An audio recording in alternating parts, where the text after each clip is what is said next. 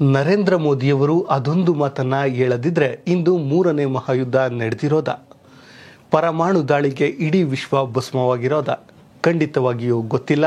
ಸಂಭವಿಸಿದ್ರೂ ಸಂಭವಿಸಿರೋದೇನೋ. ಯಾಕಂದ್ರೆ ಇಂತಹದೊಂದು ನಡೆಯನ್ನ ತಡೆದಿದ್ದು ನಮ್ಮ ಪ್ರಧಾನಿ ನರೇಂದ್ರ ಮೋದಿಯವರು ಅಂದ್ರೆ ಖಂಡಿತ ನಂಬ್ತೀರಾ? ಖಂಡಿತ ನಂಬಲೇಬೇಕು. ಯಾಕಂದ್ರೆ ಇಂತಹದೊಂದು ಮಾಹಿತಿಯನ್ನ CNN ವರದಿಯಲ್ಲಿ ಪ್ರಕಟಿಸಿದೆ. ಹಾಗಾದ್ರೆ CNN ವರದಿಯಲ್ಲಿ ಏನಿದೆ? ಮೋದಿಯವರು ಮೂರನೇ ಮಹಾಯುದ್ಧವನ್ನ ತಡೆದಿದ್ದು ಹೇಗೆ? ಆ ಕುರಿತ ಒಂದು ವಿಶೇಷ ವರದಿ ನಿಮ್ಮ ಮುಂದೆ. ಸ್ನೇಹಿತರೆ, ನರೇಂದ್ರ ಮೋದಿಯವರು ರಾಜತಾಂತ್ರಿಕ ವಿಚಾರದಲ್ಲಿ ಅತ್ಯುತ್ತಮ ಕೆಲಸಗಳನ್ನ ಮಾಡ್ತಾ ಇದ್ದಾರೆ. ಅದರಲ್ಲೂ ಕೂಡ ಇತ್ತೀಚೆಗಷ್ಟೇ ನೀವು ಗಮನಿಸಿರಬಹುದು, ಈ ಕತಾರ್ನಲ್ಲಿ ಏನಿದೆ, ನಮ್ಮ ಭಾರತೀಯರು 8 ಜನ ನೌಕಾಪಡೆಯವರು ಏನಿರ್ತಾರೆ, ನಿವೃತ್ತ ನೌಕಾಪಡೆ ಅಧಿಕಾರಿಗಳು, ಅವರಿಗೆ ಒಂದು ರೀತಿ ಮರಣದಂಡನೆಯನ್ನ ಕತಾರ್ ವಿಧಿಸಿರುತ್ತೆ. ಅದನ್ನ ಮಾತುಕತೆಯ ಮೂಲಕ ಅವರನ್ನು ಭಾರತಕ್ಕೆ ಕರೆದುಕೊಂಡು ಬರುವಂತಹ ಕೆಲಸವನ್ನು ಮಾಡಿದ್ದು ನರೇಂದ್ರ ಮೋದಿಯವರ ರಾಜತಾಂತ್ರಿಕತೆಗೆ ಹಿಡಿದಂತಹ ಒಂದು ಕೈಗನ್ನಡಿ ಆಗಿದೆ. ಇದಷ್ಟೇ ಅಲ್ಲದೆ ಅಮೆರಿಕ, ರಷ್ಯಾ, ಫ್ರಾನ್ಸ್ ಇಂತಹ ದೇಶಗಳೊಂದಿಗೆ ಅತ್ಯುತ್ತಮ ಸಂಬಂಧವನ್ನು ಹೊಂದಿರೋದಕ್ಕೂ ಕಾರಣ ಏನಂದರೆ ನರೇಂದ್ರ ಮೋದಿಯವರು ಹೊಂದಿರುವಂತಹ ರಾಜತಾಂತ್ರಿಕತೆ. ಇದಷ್ಟೇ ಅಲ್ಲದೆ ಈ ಸೋಲಾರ್ ಅಲಯನ್ಸ್ ಏನಿದೆ, ಅಂತಾರಾಷ್ಟ್ರೀಯ ಮಟ್ಟದ ಸೋಲಾರ್ ಅಲಯನ್ಸ್ ಸ್ಥಾಪನೆಗೂ ಕೂಡ ನರೇಂದ್ರ ಮೋದಿಯವರೇ ಕಾರಣ. ಈ ರೀತಿಯಾಗಿ ಇದೀಗ ನರೇಂದ್ರ ಮೋದಿಯವರು ಅಂತಾರಾಷ್ಟ್ರೀಯ ಮಟ್ಟದಲ್ಲಿ ತನ್ನದೇ ಆದ ಮನ್ನಣೆಯನ್ನು ಗಳಿಸ್ತಾ ಇದ್ದಾರೆ. ಯಾಕಂದರೆ ಭಾರತ ಅದೆಲ್ಲದಕ್ಕೂ ಕಾರಣ. ಹೌದು, ಭಾರತ ಯಾವಾಗಲೂ ಶಾಂತಿಯನ್ನೇ ಬಯಸುವಂತಹ ರಾಷ್ಟ್ರ. ಇಂತಹ ರಾಷ್ಟ್ರವನ್ನು ಇದೀಗ ನರೇಂದ್ರ ಮೋದಿಯವರು ವಿಶ್ವ ಮಟ್ಟದಲ್ಲಿ ರಾರಾಜಿಸುವಂತೆ ಮಾಡ್ತಿದ್ದಾರೆ. ಸ್ನೇಹಿತರೆ, ಇದರ ನಡುವೆ ಇದೀಗ ನರೇಂದ್ರ ಮೋದಿಯವರು ಮತ್ತೊಂದು ವಿಚಾರಕ್ಕೆ ಹೆಚ್ಚು ಸದ್ದ ಮಾಡ್ತಾ ಇದ್ದಾರೆ. ಅದೇನಪ್ಪ ಅಂದ್ರೆ ಅದುವೇ ಮೂರನೇ ಮಹಾಯುದ್ಧವನ್ನ ತಡೆದ್ರ ಮೋದಿ ಎನ್ನುವಂತಹದ್ದು. ಹೌದು ಸ್ನೇಹಿತರೆ, ಇದೀಗ ನರೇಂದ್ರ ಮೋದಿಯವರು ಮೂರನೇ ಮಹಾಯುದ್ಧವನ್ನ ತಡೆದಿದ್ದಾರೆ ಎನ್ನುವಂತಹ ಸುದ್ದಿ ಇದೀಗ ಎಲ್ಲೆಡೆ ಹಬ್ಬಿದೆ. ಹಾಗಾದ್ರೆ ಹೇಗೆ? ಅದೆಲ್ಲವನ್ನು ನೋಡೋಣ ಬನ್ನಿ. ಸ್ನೇಹಿತರೆ, ಇದೊಂದು ವಿಚಾರ ನಿಮ್ಮಲ್ಲಿ ಅಚ್ಚರಿಯನ್ನ ಉಂಟು ಮಾಡಿರಬಹುದು. ಏನಂದ್ರೆ 2 ವರ್ಷಗಳ ಹಿಂದೆಯೇ ಮೂರನೇ ಮಹಾಯುದ್ಧ ನಡೆಯಬೇಕಿತ್ತು. ಆದರೆ ಇಂತಹದ್ದೊಂದು ನಡೆಯನ್ನು ತಡೆದಿದ್ದು ಭಾರತ ಎನ್ನುವಂತಹ ವಿಚಾರವನ್ನು CNN ವರದಿ ಬಯಲು ಮಾಡಿದೆ.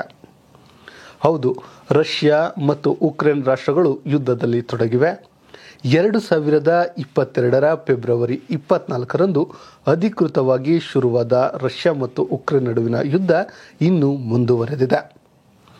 ರಷ್ಯಾದಂಥ ಬಲಾಢ್ಯ ದೇಶದ ಎದುರು ಸೆಡ್ಡು ಹೊಡೆದು ನಿಂತಿರುವಂತಹ ಉಕ್ರೇನ್ ಸುಲಭಕ್ಕೆ ಸೋಲು ಒಪ್ಪಿಕೊಳ್ಳದೆ ಯುದ್ಧವನ್ನು ಮುಂದುವರೆಸಿದೆ.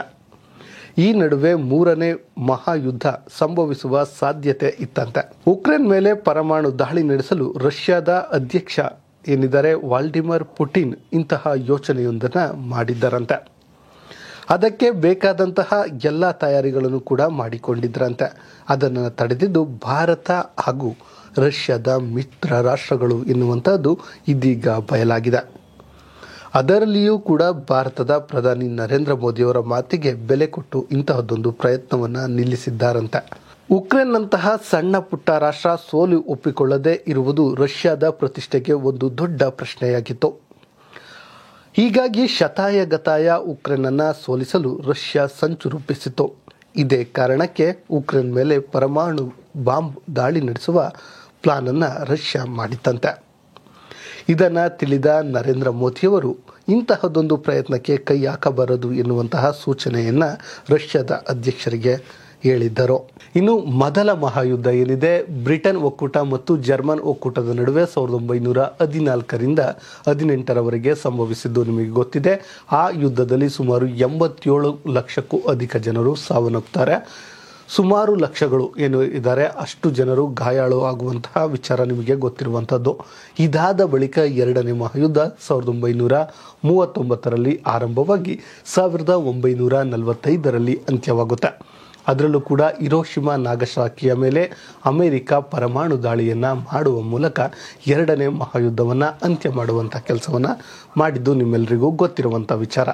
ಇದಾದ ಬಳಿಕ ಮೂರನೇ ಮಹಾಯುದ್ಧವನ್ನು ರಷ್ಯಾ ಮತ್ತು ಉಕ್ರೇನ್ಗಳು ಶುರು ಮಾಡ್ತಾವ ಎನ್ನುವಂತಹ ಆತಂಕ ಮನೆ ಮಾಡಿತ್ತು. ಯಾಕಂದರೆ ಅಂತಹದೊಂದು ಯೋಚನೆಯನ್ನು ರಷ್ಯಾದ ಅಧ್ಯಕ್ಷ ವ್ಲಾದಿಮಿರ್ ಪುಟಿನ್ ಮಾಡಿದ್ರಂತೆ. ಆದರೆ ಇಂತಹದ್ದೊಂದನ್ನು ನಮ್ಮ ನರೇಂದ್ರ ಮೋದಿಯವರು ತಡೆಯುವ ಮೂಲಕ ಒಂದು ರೀತಿ ವಿಶ್ವಕ್ಕೆ ಬಾಹುಬಲಿಯಂತೆ ಕಾಣಿಸ್ತಿದ್ದಾರೆ. ಇನ್ನು ಸ್ನೇಹಿತರೆ, ನಮ್ಮ ಭಾರತ ಸದಾ ಶಾಂತಿಯನ್ನೇ ಬಯಸುವಂತಹ ರಾಷ್ಟ್ರ. ಎಲ್ಲಿಯೇ ಆದರೂ ಕೂಡ ಯುದ್ಧವನ್ನು ತಡೆಯುವಂತಹ ಕೆಲಸವನ್ನು ಮಾಡುತ್ತೆ. ಅದಕ್ಕಾಗಿಯೇ ವಿಶ್ವಸಂಸ್ಥೆಯ ಶಾಂತಿ ಸ್ಥಾಪನಾ ಪಡೆ ಏನಿದೆ ಅದರಲ್ಲೂ ಕೂಡ ಭಾರತೀಯ ಯೋಧರು 24 ಗಂಟೆ ಕೆಲಸವನ್ನು ಮಾಡ್ತಲೇ ಇದ್ದಾರೆ.